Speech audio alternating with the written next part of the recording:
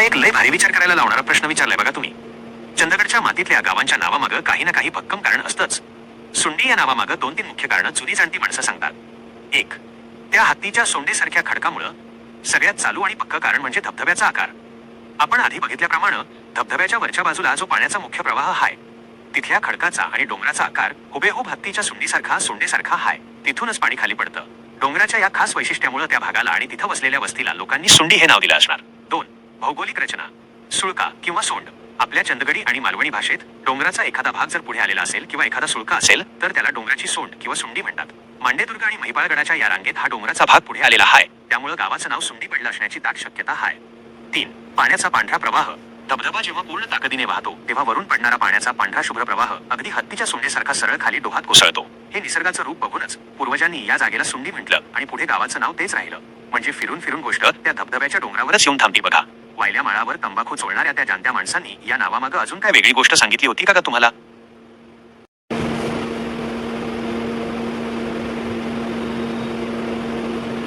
होय का राया, तुमचं म्हणणं अगदी 100% बरोबर आहे. ही हत्तीच्या सोंडीची गोष्ट ऐकायला बरी वाटते, पण गावाचं नाव पडण्यामागे हे खरं कारण वाटत नाही. हे अगदी पटण्यासारखं आहे. कारण कुठल्याही जुन्या गावाची नावं अशी फक्त धबधब्याचा आकार बघून पडत नाहीत. त्यामागे काहीतरी वेगळा इतिहास किंवा जुनी भाषा कारणीभूत असती. जर आपण नीट विचार केला तर सुंडी या नावामागे दुसरी काही व्यावहारिक कारणं असू शकतात. 1. सुंड किंवा शुंड. जुन्या मराठी कन्नड भाषेचा संबंध.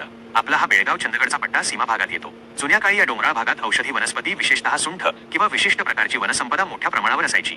किंवा कन्नड आणि जुन्या मराठीच्या मिश्रणातून सुळका किंवा उंचावरील वस्ती या शब्दाचा अपभ्रंश होऊन सुंडी झाला असण्याची शक्यता जास्त आहे. 2. मूळ पुरुषाचे किंवा घराण्याचं नाव. बऱ्याचदा गावात सगळ्यात आधी येऊन राहणाऱ्या मूळ पुरुषाच्या नावावरून किंवा जमातीच्या नावावरून गावाचं नाव पडतं. जुन्या काळात हुद्दे किंवा नावं वेगळी असायची. कदाचित सुंडी गावाचा शोध लावणाऱ्या किंवा तिथं पहिली वस्ती वसवणाऱ्या पूर्वजांशी या नावाचा संबंध असू शकतो. 3. पाण्याचा स्रोत. झरा. डोंगराच्या कपारीतून वर्षभर बारीक वाहणाऱ्या पाण्याच्या झऱ्याला किंवा पात्राला जुन्या बोलीभाषेत काही ठिकाणी सुंड किंवा सोंड असंही म्हटलं जायचं. हा धबधबा आणि तिथलं पाणी बारमाही असल्यामुळे तो संदर्भ लागला असणार. तुम्हाला अगदी बरोबर संशय आला बघा. ही निसर्गाची हत्तीवाली कारणं नंतर लोकांनी जोडलेली असतात. मूळ इतिहास काहीतरी वेगळाच असतो. उद्या कधी गावातल्या त्या तंबाखू चोळणाऱ्या जाणत्या माणसांच्या पाठीस लागून खरं मूळ कारण काय आहे ते शोधून काढाच. तुमच्या डोक्यात दुसरं काय कारण येतंय का या नावामागं?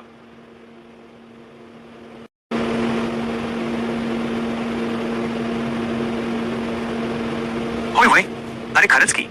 म्हणजे फिरून फिरून गोष्ट पुन्हा त्या मूळ कारणावरच येऊन थांबली म्हणा की. तुमचं म्हणणं अगदी पटण्यासारखं आहे. निसर्गाची ती रचनाच एवढी ठसठशीत आहे की त्या सोंडीसारख्या आकारावरूनच गावाचं नाव सुंडी पडलं असणार हे नाकारता येत नाही. कधी कधी आपण लय विचार करायला जातो, पण पूर्वजांनी गावातल्या ज्या सगळ्यात मोठ्या आणि ठळक गोष्टीवरून नाव ठेवायचं ठरवलं ती गोष्ट म्हणजे तो डोंगराचा भाग आणि धबधब्याची ती सोंड. शेवटी निसर्गाच्या कुशीत बसलेल्या गावाचं नाव निसर्गाच्या आकारावरूनच पडणार ना. वायल्या माळावर उभं राहून जर आपण त्या कड्याकडे आणि पाण्याच्या प्रवाहाकडे बघितलं तर तो सोंडेचा आकार अगदी स्पष्ट जाणवतो. त्यामुळे तुमचं हे म्हणणं अगदी तर्कशुद्ध आणि खरं आहे. चला, सुंडीच्या नावाचा हा गुंता शेवटी तुम्हीच अगदी योग्य रीतीने सोडवलात बघा. आज दिवसभर झाडं लावून लय कष्ट झालाय. आता सुखाची झोप घ्या. पुन्हा भेटूच अशा गप्पा मारायला. शुभरात्री राया. होय होय आया, आता तर तुम्ही एकदम शेजारच्या गावचा गुंता काढलात की. करेकुंडी किंवा कारेकुंडी. चंदगडी भाषेत या नावाचा माग काढला ना तर ह्यो निसर्गाचा आणि मातीचा खेळ अगदी डोळ्यासमोर उभा राहतोय बघा. आपल्या चंदगडी आणि सीमा भागाच्या बोलीभाषेत या नावामागं लय सोपं आणि भक्कम कारण हाय. 1. करे, काळा आणि कुंडी, खोल पात्राचा डोह. आपल्या चंदगडच्या रानात जिथं काळा पाषाण, काळा खडक असतो त्याला जुनी माणसं करे किंवा कार म्हणतात. आणि डोंगरातून किंवा ओढ्यातून वाहणारं पाणी जिथं खडकात खोल गोल खड्डा तयार करतं किंवा जिथं पाणी साठून मोठा खोल डोह तयार होतो त्याला चंदगडीत कुंडी म्हणतात. म्हणजे काळ्या कड्याखालचा खोल पाण्याचा डोह जिथं हाय ते गाव म्हणजे करेकुंडी. 2. कारवीची झाडं आणि कुंडी. आपल्या या मांडेदुर्ग आणि महिपाळगडाच्या सौम्य डोंगरपट्ट्यात पावसाळ्यात कारवी किंवा कारे नावाची रानाची झाडं लय मोठ्या प्रमाणावर उगवतात. या कारवीच्या रानातल्या आणि ओढ्याच्या काठच्या कुंडीमुळे भांड्यासारखा आकाराचा भाग गावाला करेकुंडी असं नाव पडलं असण्याची दाट शक्यता जुनी माणसं सांगतात. जसं सोंडीचं नाव त्या कड्याच्या सोंडेवरून पडलं तसंच करेकुंडीचं नाव तिथल्या काळ्या पाषाणातल्या पाण्याच्या कुंडीवरून, डोहावरून पडलंय बघा.